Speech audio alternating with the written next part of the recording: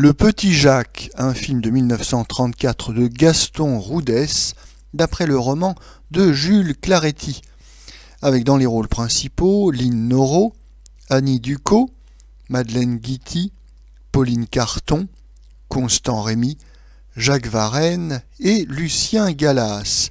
Le sujet. Constant Rémy, un ouvrier honnête, est injustement accusé de meurtre. Le coupable, c'est-à-dire Jacques Varenne, lui promet de donner à son fils une bonne éducation s'il se laisse condamner. Heureusement, le petit garçon ouvre la lettre que son père lui a demandé de lire à sa majorité, et le coupable est ainsi confondu. Notre avis. Le Petit Jacques est d'abord un roman populaire paru en 1885. C'est un de ces innombrables mélos tirés de l'école naturaliste qui vont polluer, qui vont encombrer la littérature française pendant près de 50 ans. Ce petit roman est si représentatif de cette école qu'il sera adapté au cinéma pas moins de 4 fois, à 2 reprises du temps du muet, en 1913 et en 1923, et donc cette version de 1934, et enfin une autre version en 1953 avec Jean Quérien et Blanchette Brunoy. Le réalisateur Gaston Roudès, qui a connu son heure de gloire à l'époque du cinéma muet, va s'appliquer à suivre la recette du bon mélo.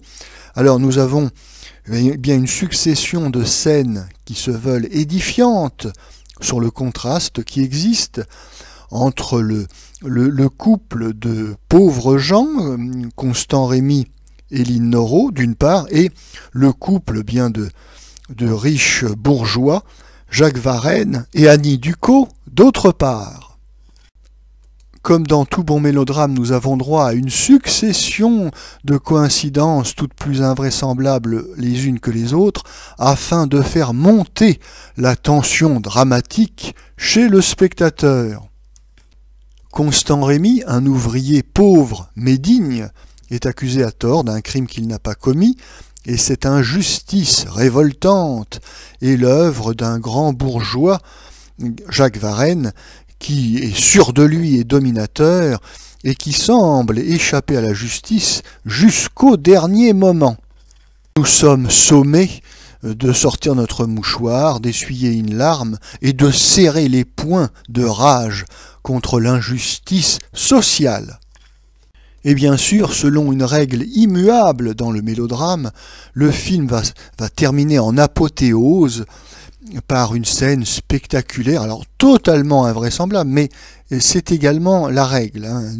Il est hors de question que la tradition ne soit pas respectée. Donc un dénouement totalement invraisemblable va heureusement retourner la situation, et le vice sera puni et la vertu récompensée.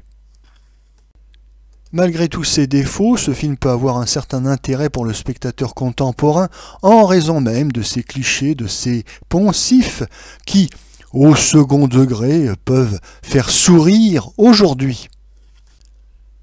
Et puis on peut également regarder ce film en raison de la présence au générique du grand acteur Jacques Varenne, qui joue donc le méchant bourgeois criminel. Jacques Varenne, qui traverse ce film ridicule et rocambolesque avec le plus grand sang-froid et le plus grand calme, il a beaucoup de mérite.